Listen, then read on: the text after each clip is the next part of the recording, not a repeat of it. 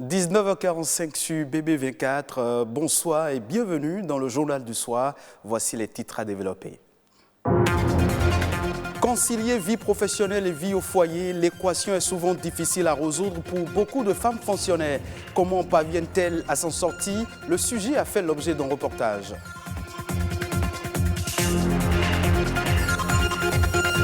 Les présentatrices télé, elles ne passent pas inaperçues dans l'exercice de leur métier. Au-delà des contraintes professionnelles, elles font également face à plusieurs défis et rumeurs sur leur vie privée. Quelques-unes se sont confiées à Aurélie Sauton. Les supports CD et DVD sont-ils en voie de disparition? On n'en voit pas ou presque plus dans les points de vente. L'avènement du numérique serait-il la raison principale? Élément de réponse dans un instant.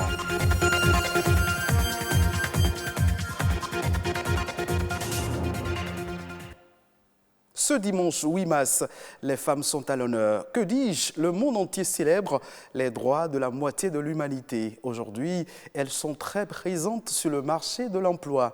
On parle de femmes fonctionnaires. En dehors de leurs fonctions, elles se doivent d'assurer aussi leur responsabilité en tant que femmes au foyer. Une équation parfois difficile à résoudre pour beaucoup de femmes. Comment concilier vie professionnelle et vie au foyer?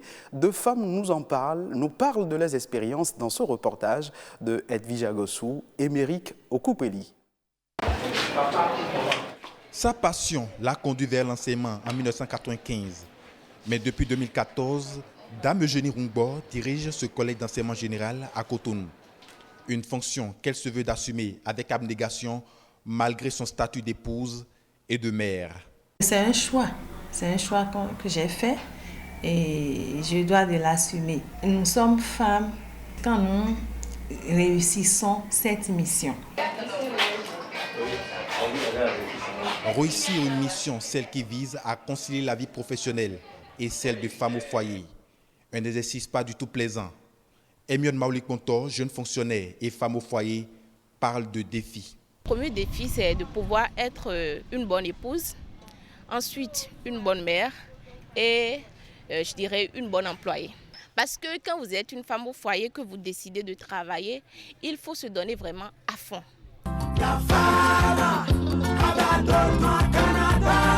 Fonctionnaire et mère, deux options contraignantes, deux sacerdoces qui ne doivent nullement se repousser, encore moins s'opposer. Chacun y va donc avec sa stratégie. En notre temps, il n'y avait pas beaucoup de crèches pour qu'on aille déposer les enfants, et même s'il y en avait, ce serait vraiment cher. Alors, nous avons la chance d'avoir des domestiques. Elle et ma belle-mère aussi, quand j'accouche, elle est là à m'accompagner jusqu'à un certain niveau. Je mets mon enfant à la garderie lorsque je suis au boulot. Parce que je n'ai pas voulu prendre une domestique parce que je ne maîtrise pas forcément comment est-ce qu'elle va gérer l'enfant. Donc j'ai opté pour la garderie. Pour arriver à donner le meilleur d'elles-mêmes, ces femmes à double statut ont souvent besoin d'un accompagnement, surtout celui du partenaire. Lorsque tu n'as pas le soutien de ton homme dans tout ce que tu fais, c'est vraiment difficile à gérer.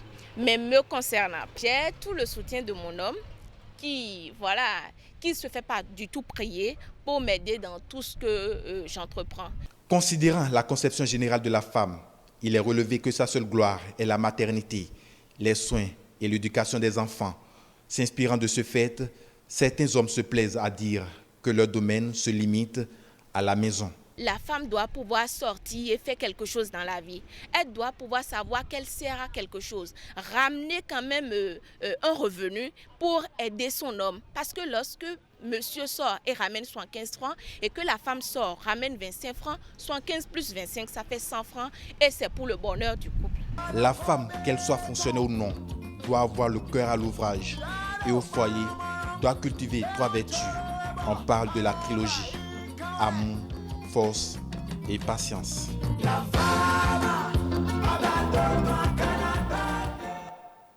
On reste avec les femmes, mais cette fois-ci dans les médias, précisément à la télévision. Les présentatrices télé, une catégorie de femmes qui ne passent pas inaperçues.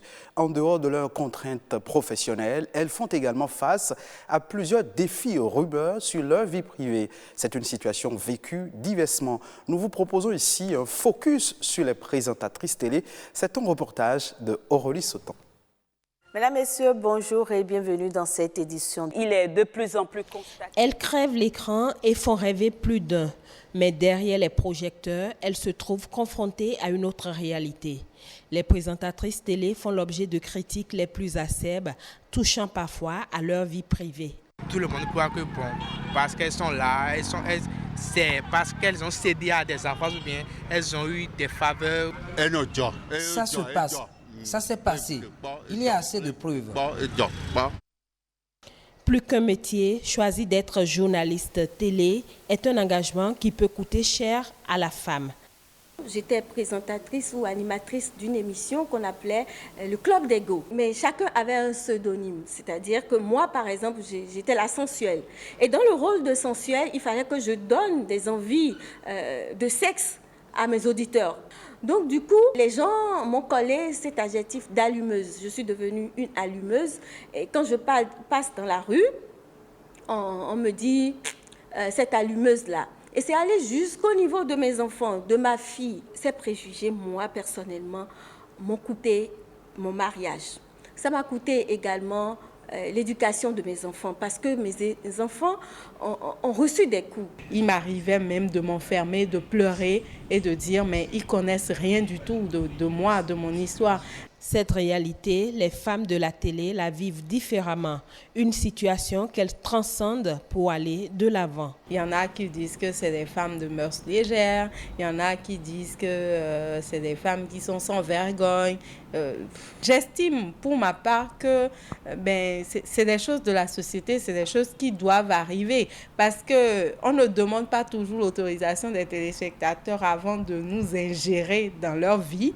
Donc du coup, dès qu'ils allument leur poste téléviseur, ils nous voient. Et bon, on est bien obligé de faire avec. Je voudrais dire à toutes ces femmes qui rêvent d'être journalistes ou qui sont journalistes qu'il faut trouver dans ces préjugés plutôt un carburant.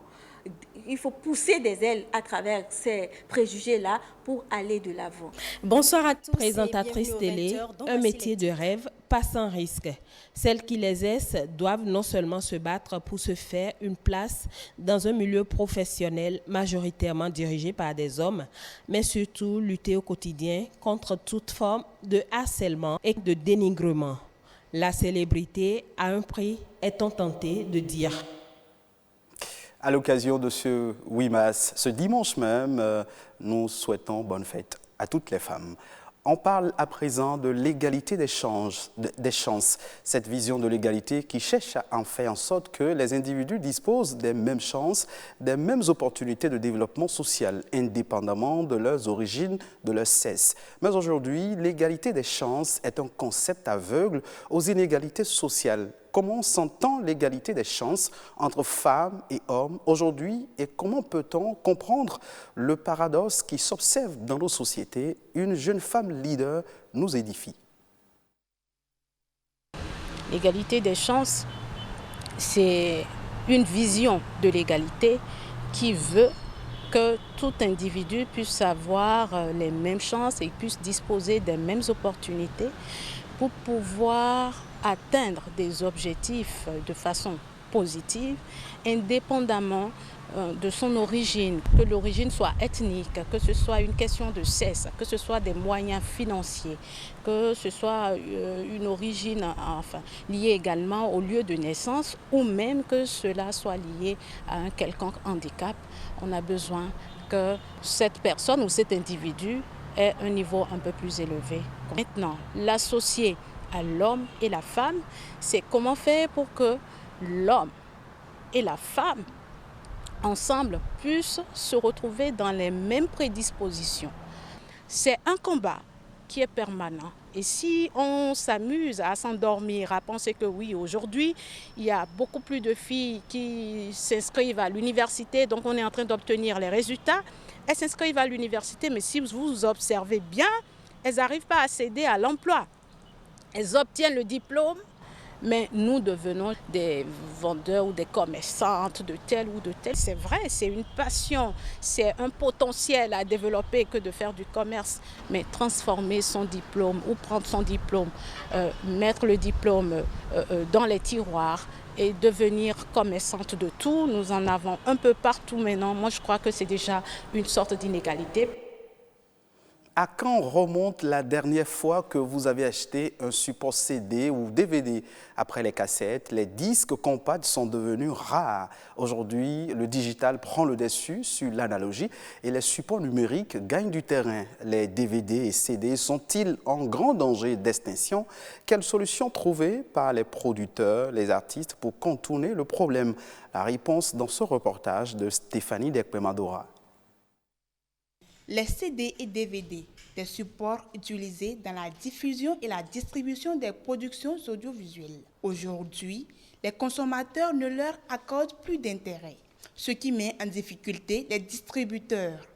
Avant, nous vendons bien les CD et DVD, mais aujourd'hui, les clients se font plus rares. Ces supports semblent être menacés de disparition. Pour cause, la technologie a révolutionné le secteur du numérique.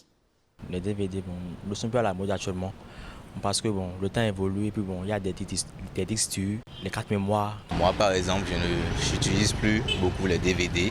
Il y a plusieurs moyens encore plus utiles, plus faciles et accessibles pour visualiser ce qu'on veut voir sur les CD. Je vais sur les sites, je fais les téléchargements de mes vidéos ou des sons que j'enregistre sur ma carte mémoire ou la clé USB. Cette facilité d'accès aux productions constitue un manque à gagner pour les producteurs et artistes. La majeure partie des artistes béninois font ce qu'on appelle des singles. Ils font un titre, ils en font le clip et ils mettent en télévision. Quand ça tourne, on les appelle et ils vont chanter dans les bars. Dépenser des millions comme ça, ça va rester comme ça, hein, sans couler. Pas d'album nouveau disponible chez les producteurs. Mais au niveau des vendeurs de CD et DVD, on en trouve. C'est le fruit de leur nouvelle stratégie. Nous aussi, nous avons préféré télécharger les nouveaux singles. Ça nous permet de mettre en vente de nouveaux CD et DVD. Comment continuer à vendre leurs œuvres sur CD ou DVD dans un univers dominé par le digital fait réfléchir le monde artistique. Les gens qui te disent d'aller vers le digital, ils ne savent même pas quand est-ce que tu vas toucher l'argent, la monétisation. Il n'y a pas beaucoup de gens qui savent plein de choses là-dessus. Vous voyez? Donc les gens parlent de choses dont ils n'ont aucune idée. Je ne suis pas contre le digital, mais le digital n'est pas pour nous. En temps, on a décidé de rester sur la voie, dans les rues pour vendre ça. Si toi-même, tu veux vendre ça directement à 1000 francs, tu vas gagner au moins 700, 800 dessus. C'est bon, mais ce n'est pas bon de voir l'artiste même vendre ses œuvres dans les rues. Les productions sur CD et DVD ne vont pas disparaître. Les artistes comptent préserver ces supports. Pour y parvenir, ils parlent de la création d'un forum visant à définir les stratégies marketing afin de rendre plus rentables leurs œuvres. Hors de nos frontières, précisément au Tchad, le gouvernement veut injecter plus de 3 milliards de francs CFA par an sur les 5 prochaines années dans la campagne cotonnière afin de réduire le prix des engrais aux producteurs. Concrètement, le prix des engrais livrés aux producteurs sera diminué de 6 000 à 7 000 francs CFA par sac. Cette démarche vise à stimuler l'utilisation d'engrais par les exploitants de coton afin de favoriser, de renforcer, s'il vous plaît, la production au Tchad. La production du pays a progressé d'environ 16 000 tonnes de coton graines en 2017 et 177 000 tonnes en 2019. Ce sera tout pour le 1945 de ce 8 mars 2020.